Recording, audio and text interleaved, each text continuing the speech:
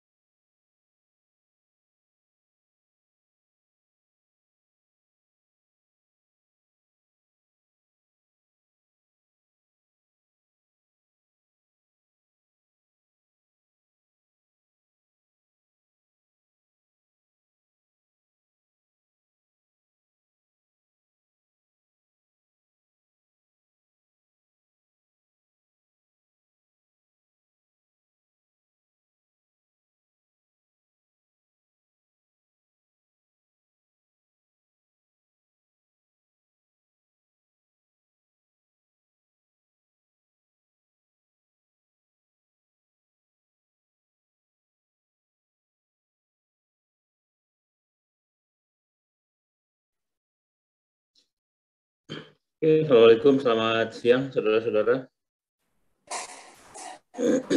Waalaikumsalam, siang Pak. Gimana kabarnya? Sehat-sehat ya semua? Sehat Pak, alhamdulillah. Oke, baik. Ya, saya sudah melihat beberapa tugas kemarin, nampaknya juga lumayan cukup bagus lah. Saudara bisa bisa memahami dan menangkap esensi dari materi. Kita lanjutkan materi kita berikutnya terkait dengan perencanaan ya.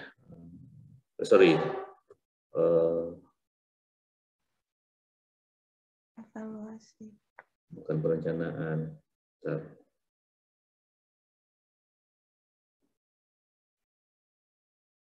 Pendekatan evaluasi program kemarin sudah kita bahas sebagian ya. Belum ya. Nampaknya kalau ke pendekatan kemarin sudah dibahas belum ya? Saya lupa. Sepertinya kemarin itu baru ke konsep ya. Oke.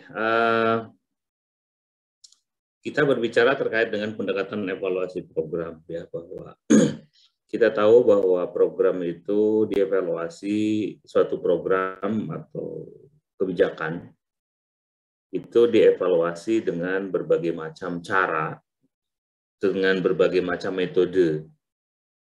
Kalau kemarin saya berbicara konsep terkait dengan apa bedanya asesmen dengan evaluasi, apa bedanya evaluasi dengan penelitian, lalu di mana kedudukan evaluasi atau kedudukan penelitian dalam masing-masing konsep itu.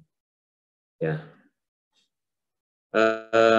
mengapa begitu banyak pendekatan di dalam evaluasi? Ya, perspektif evaluasi itu beragam sekali. Nah, keragaman itu muncul karena beberapa asumsi ini. Setidaknya ada 5 asumsi ya. Jadi yang melatar belakangi mengapa begitu banyak pendekatan evaluasi itu. Karena perspektif orang dalam memandang suatu program itu bermacam-macam. Di sini Anda bisa baca bahwa dikatakan evaluasi itu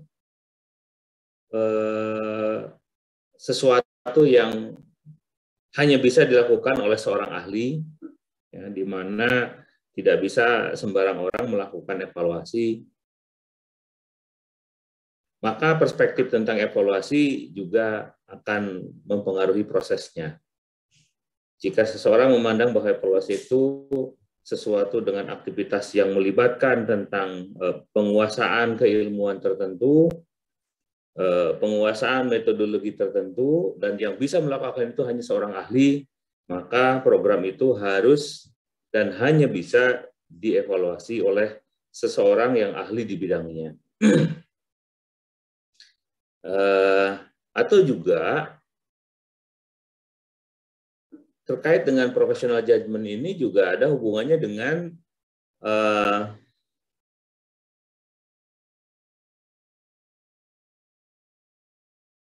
pertimbangan-pertimbangan yang terkait dengan formalitas, ya, bahwa evaluasi bisa dilakukan oleh suatu badan atau otoritas tertentu yang memang memiliki kewenangan terkait dengan evaluasi di bidang tertentu atau di bidang itu. Misalnya perguruan tinggi itu dievaluasi oleh badan akreditasi atau sekarang lembaga akreditasi mandiri. Kalau dulu BAN-PT, sekolah oleh badan akreditasi sekolah dan madrasah. Nah, ini perspektifnya adalah seperti itu. Tidak semua orang atau tidak sembarang lembaga bisa melakukan evaluasi terkait dengan akreditasi sekolah misalnya. Nah, ini dasarnya. Nah, kemudian jika evaluasi dipandang sebagai perbandingan antara kinerja dengan standar tertentu, maka evaluasi harus dilakukan dengan mengacu pada standar-standar tersebut, bukan pada aspek-aspek yang lain. Jadi evaluasi didasarkan atas standar. Apakah standarnya itu ada yang baku memang berlaku untuk semua jenis standar, atau standar yang dibuat khusus hanya untuk program itu, juga bisa seperti itu. Kemudian jika evaluasi itu dipandang sebagai tools manajemen dalam rangka membuat keputusan terkait dengan program itu, maka evaluasi dilakukan dengan maksud untuk menggali informasi untuk pembuatan keputusan, dan digali dalam rangka menentukan keputusan itu baik atau tidak, apa keunggulannya, apa kelemahannya, apa kekuatannya, apa kelemahannya, seperti itu. Kemudian terkait dengan partisipasi, bahwa evaluasi itu harus melibatkan banyak pihak, banyak stakeholder, banyak komponen yang terlibat di dalam program. Maka evaluasi juga pasti akan melibatkan kelompok stakeholder atau orang-orang yang berkepentingan untuk mencari informasi yang didasarkan atas perspektif mereka dan cara yang disetujui oleh mereka. Itu yang perspektif yang mendasari mengapa evaluasi itu harus dilakukan bersama-sama antara semua pihak yang terlibat di dalam program itu. Baik yang sebagai pelaksana, yang sebagai audiensnya, atau sebagai partisipannya, semua terlibat. Lalu ada juga yang berpandangan bahwa evaluasi itu merupakan sebuah aktivitas untuk menjelaskan hubungan sebab akibat, hubungan kausal antara program dengan dampaknya. Maka orang yang punya perspektif seperti itu, ketika seorang atau evaluator itu melakukan evaluasi, dia akan melihat komponen program, lalu seberapa besar komponen tersebut memiliki kontribusi terhadap output yang dihasilkan oleh program itu. Nah, seperti itu. Ya, jadi setidaknya ada 5. Dan ini juga ada kaitannya dengan metodologi. Ya, ada banyak sekali metodologi yang dipakai dalam melakukan evaluasi program. Ini ada kaitannya dengan mungkin kalau Anda paham dengan bagaimana perspektif atau pendekatan ilmiah, scientific method, ya, yang selama ini berlaku atau ada di tengah-tengah masyarakat. Seseorang yang memiliki paradigma atau menggunakan paradigma positivistik, ketika dia melakukan evaluasi, maka paradigma positivistik itulah yang akan mendasari aktivitas metodologis. Cara-cara dia menggali data, cara dia menafsirkan hasil evaluasi itu menggunakan paradigm positivistik. Begitu juga dengan post positivistik sampai konstruktif dan transformatif. Bahkan sekarang macam-macam ya, ada pragmatis juga gitu ya. Kemudian post positivistik juga ada yang kemudian dengan pengistilahannya adalah interpretatif atau positivistik, kemudian naturalistik. Nah, ini ada lagi nanti evaluasi naturalistik. Anda akan membaca banyak paradigm yang bisa mendasari seseorang atau kita ketika melakukan evaluasi suatu program atau suatu kebijakan. Gitu ya. Jadi seseorang dalam melakukan aktivitas evaluasi itu setidaknya akan didasari atas 4 paradigm itu: positivistik, post positivistik, konstruktivistik, dan transformatif, atau positivistik, post positivistik gabung. Lalu ada interpretatif, ada konstruktif atau interpretatif behavioristik, atau konstruktivis, transformatif, dan pragmatis. Bisa seperti itu ya. Saya hanya menyampaikan 4 ini. Bagaimana apa penjelasan post positivistik dan lain-lain, nanti kita uraikan satu persatu.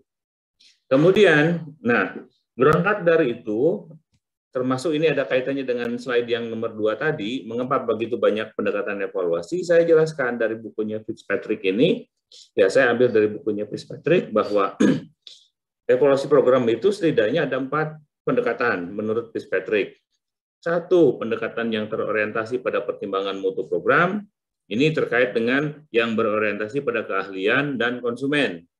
Itu ada kaitannya dengan perspektif yang pertama ini. Jika seseorang memandang bahwa evaluasi itu identik dengan professional judgment. Nah, ini yang salah satunya ada di sini. Terus bagaimana dengan konsumen? Kan dia bukan profesional. Nah, nanti ada penjelasan terkait itu. Bahwa ketika seseorang melakukan evaluasi dengan menggunakan pendekatan pertimbangan mutu, mutu di sini adalah diterjemahkan mutu absolut dan mutu jawaban kebalikannya absolut apa ya, Andri? Absolut lawannya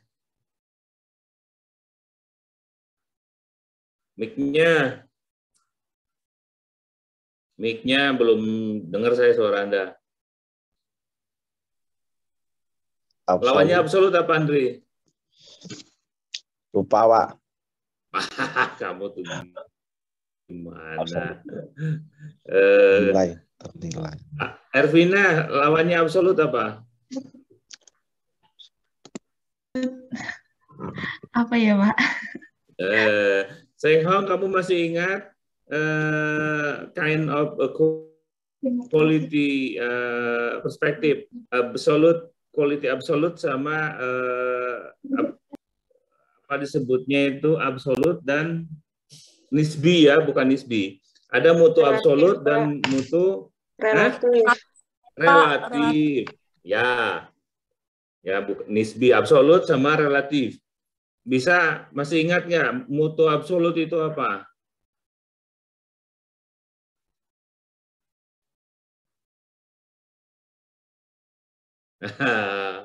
Ida masih ingat nggak, Ida? Pernah ada mata kuliah manajemen mutu nggak? Kayaknya saya pernah bilang deh di kelas ini apa di mana. Alfian, kalau saya misalnya saya menawarkan dua hal, dua merek mobil, pilih Lamborghini atau Avanza. Lamborghini, Pak. Pilih Lamborghini. Pilih Lamborghini. Kalau saya tanya Yustika mana Yustika? Iya, Bapak. Kira-kira iya, mengapa Alfian pilih Lamborghini? Karena lebih bagus. Lebih bagus deh. Mahal. Yakin nggak Berlian bahwa Berlian Lambo itu lebih baik daripada Avanza? Yakin, Pak.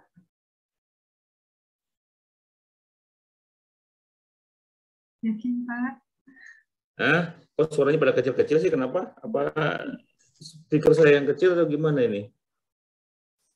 Yakin, Pak. Oke. Anissa, mana Anissa? Iya, Pak.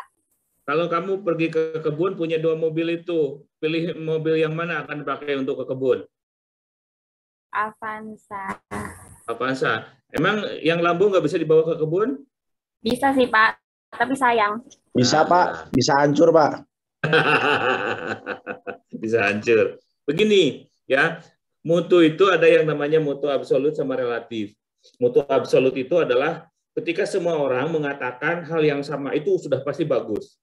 Lamborghini itu semua orang di sini mungkin setuju Lamborghini itu kalau saya tawarkan dua mobil suruh pilih salah satu, jangan dua-duanya. Kalian pasti akan memilih Lambo.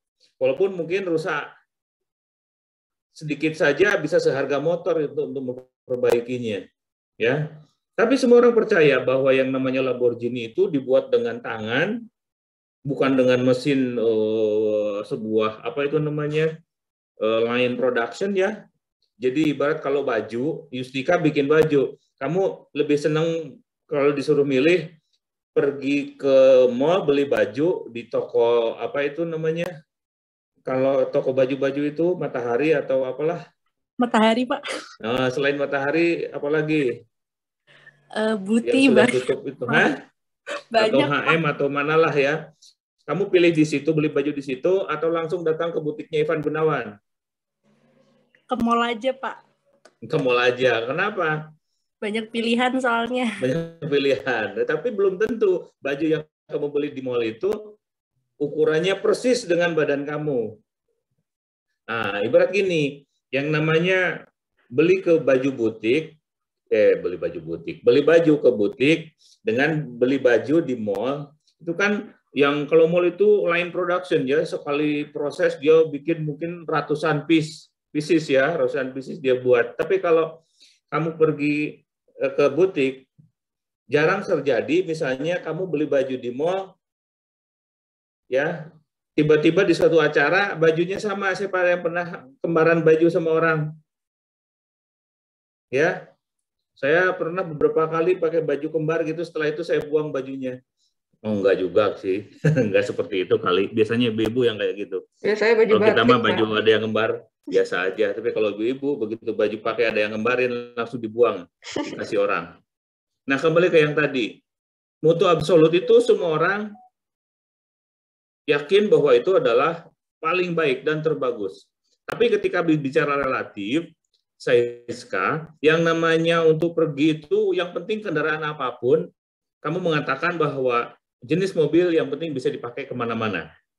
Namun ketika berbicara mutu yang paling bagus, nah ini berbeda.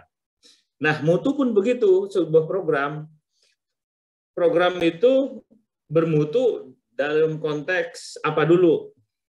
Ya, kalau para ahli pasti dia berbicara sesuatu yang absolut, mutunya program itu menurut keahlian ke teori-teori mereka yang diyakininya. Tapi belum tentu dalam perspektif konsumen, mutu tentang program itu sama seperti tadi, barang atau benda tadi. Bagi saya, mau Eiger mau apalagi biasanya merek tas itu Crocodile atau mau Playboy atau apa merek tas, saya nggak masalah. Tas kresek pun nggak apa-apa. Yang penting bisa untuk buat wadah, ya. Tapi Saiska nggak bisa kalau tidak di KNY, tidak pakai Hermes, saya nggak mau pakai tas yang lain kecuali merek itu misalnya. Gitu ya. Jadi kita berbicara tentang mutu absolut, mutu relatif itu di situ. Ya, Andri merek sepatu mau NB, mau Asics, mau Diadora, mau Nike, mau Jordan, apalagi Andri? Nike-nya tapi Adidas, Pak. tulisannya Nike ya, bukan Nike. Nggak masalah, yang penting bisa melindungi kaki, yang penting ringan, kuat, awet. Kan ada lagi yang kalau tidak Diadora, saya nggak mau pakai sepatu, mending nyeker misalnya. Nah ini kita berbicara tentang mutu. Ketika kita berbicara tentang evaluasi program, mutunya itu bisa dilihat dari dua aspek tadi. Dari sisi keahlian pasti dia berbicara yang ideal-ideal. Tapi kalau berbicara dari sisi konsumen, yang penting memuaskan konsumen. Dia nggak peduli hal-hal yang ideal. Nah ini yang harus kita tahu. Jadi ketika kita berbicara tentang pendekatan evaluasi itu, evaluasi pertimbangan mutu itu bisa ada yang berorientasi pada keahlian dan konsumen. Kemudian yang kedua, pendekatan yang berorientasi pada karakter program. Ini yang biasanya berbasis tujuan, standar, dan teori. Ini ada kaitannya dengan yang tadi saya sebutkan. Tapi begini, program itu pasti punya karakter ya. Ada tujuannya, ada komponennya, ada bla bla bla sampai kemudian teori program itu. Nah, ketika kita melakukan model ini, fokus kita adalah ketika mengevaluasi itu pada karakter si program itu, tidak pada aspek yang lain. Tujuannya apakah tercapai atau tidak, apakah komponen-komponen yang seharusnya ada menurut teori program ini terpenuhi atau tidak, kayak gitu. Lalu ada lagi pendekatan yang terorientasi pada keputusan yang akan dibuat atas program itu. Nah ini kita mengenal ada CIPP, ada fokus manfaat modelnya pattern, dan seterusnya. Lalu ada pendekatan yang terorientasi pada partisipasi stakeholders, ada model responsif, ada PPE, ada developmental, pemberdayaan, macam-macam. Nah, jadi 4 pendekatan inilah yang nanti akan kita pelajari dalam pertemuan berikutnya ya, secara detail bagaimana kita memahami satu persatu evaluasi itu. Nah, sampai di sini ada pertanyaan dulu.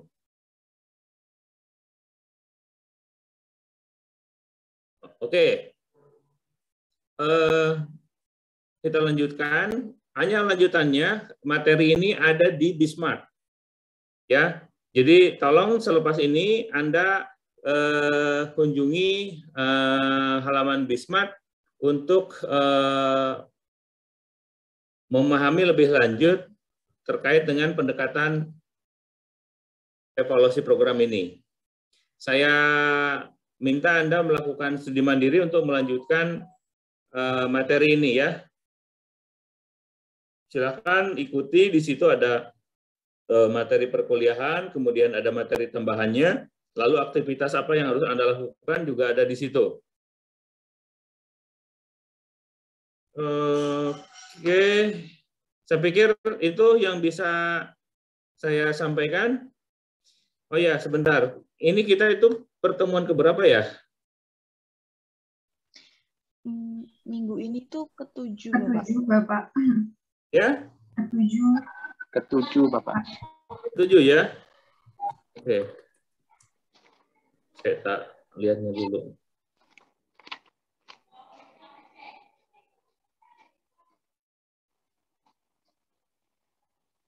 Oh iya, ke-7 ya?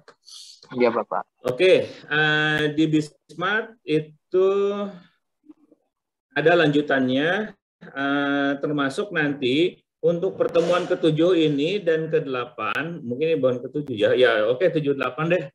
Ini saya sekaligus saja pertemuan untuk hari ini dan untuk yang akan datang itu ada di Bismart ya. Coba dikunjungi dulu halaman Bismart-nya. Sudah, Bapak. Sudah? Pak. Oke. Coba dipahami dulu.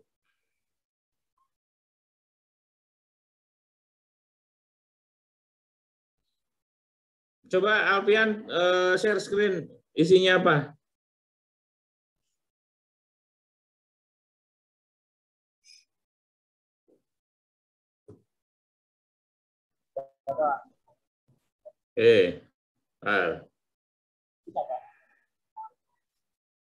Belum muncul? Belum bisa, Pak. Wah, belum share screen-nya, belum saya nyalain. Coba lagi.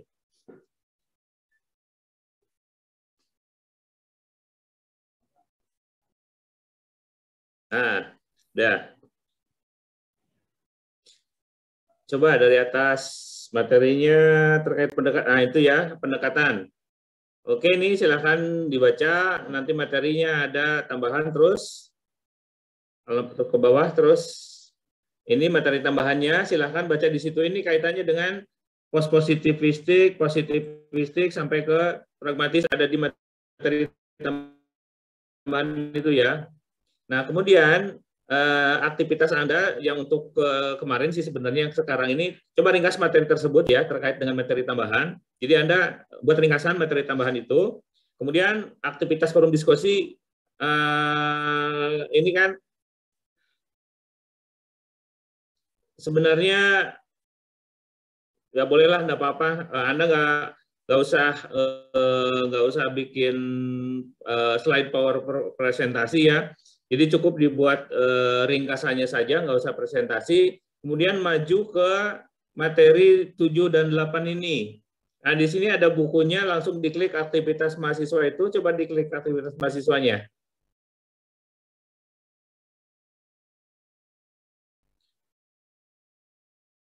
Nah, ini ada buku referensi ya. Jadi bab 5, 6, 7, 8 ini nanti di-share ke 4 kelompok. Ini kita kan ada berapa, 12 ya, apa berapa kemarin itu? Ya monggo dibagi per kelompok untuk meringkas buku yang referensi yang saya lampirkan. Kemudian bab 5, 6, 7, 8 ini berbicara tentang pendekatan yang tadi saya sebutkan ya, yang berbasis expertise, konsumen, lalu sampai dengan yang berbasis partisipatif, pendekatan partisipatif. Ini saya harap Anda nanti untuk pertemuan hari ini dan besok ini mandiri, tapi nanti programnya adalah berupa PowerPoint plus slide kelompok video presentasi. Gitu ya. Presentasinya kapan? Ya minggu depan. Minggu depannya lagi maksud saya. Bukan, ini kan berarti sekarang tanggal 12. Berarti presentasinya sudah harus di-share, bukan harus di-share, harus dikirim tanggal 14. Tanggal 14, maaf. Tanggal 26. Ya, karena tanggal 26 ini kita sudah pindah ke materi berikutnya.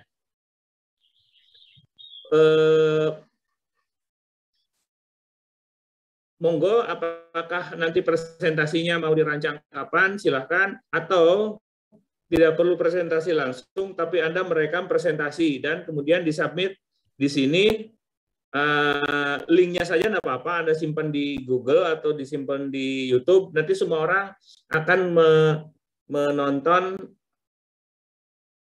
file rekaman presentasi setiap kelompok. Itu ya. Bapak, jadi Ya, kita gimana? mulai dari bab 5, Pak. Ya, bab 5, 6, 7, 8. Baik, Pak. Oke. Bab 5 kelompok 1, bab 6 kelompok 2, bab 7 kelompok 3.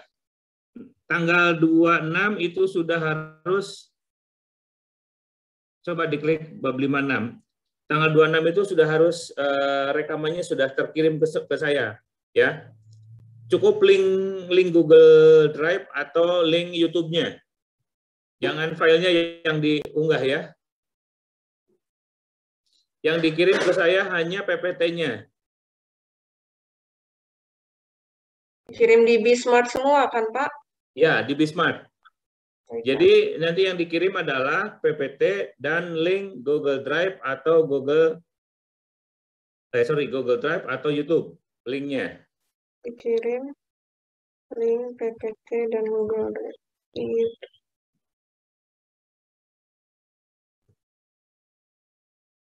Nah, bab 5 itu kan ini berbicara first approach, expertise and consumer oriented. Tadi yang saya sampaikan, kemudian yang kedua program oriented evaluation approach sama decision oriented dan yang 8 apa? Partisipan. Gitu. Itu ya. Bapak yang YouTube harus atau pilihan dari Bapak? Pilihan gimana maksudnya? Apa harus presentasinya dalam bentuk direkam? Karena kita kelompok ya Pak, agak repot nggak sih Pak? Gini, salah satu saja kan nanti jadi perwakilan akan menjadi presentasi toh. Ya. Anda kan bisa pakai Zoom. Anda rekam Zoom-nya, terus linknya simpan di, kan bisa begitu toh. Siap. Atau mau kamera profesional, Anda ngundang kameramen dari Jakarta, nggak apa-apa. Ya. Oke? Baik, Pak. Baik, kalau tidak ada, silahkan dilanjutkan mungkin dengan pembagian kelompok atau yang lainnya, atau diskusi yang lain. Ini saya host serahan ke Mbak Ida ya. Baik, silahkan selamat melanjutkan kuliah. Saya tunggu nanti hasilnya sambil nanti kita bahas bareng-bareng. Terima kasih. Assalamualaikum warahmatullahi wabarakatuh. Waalaikumsalam warahmatullahi wabarakatuh, Bapak. Matur nuwun, Oke. Bapak.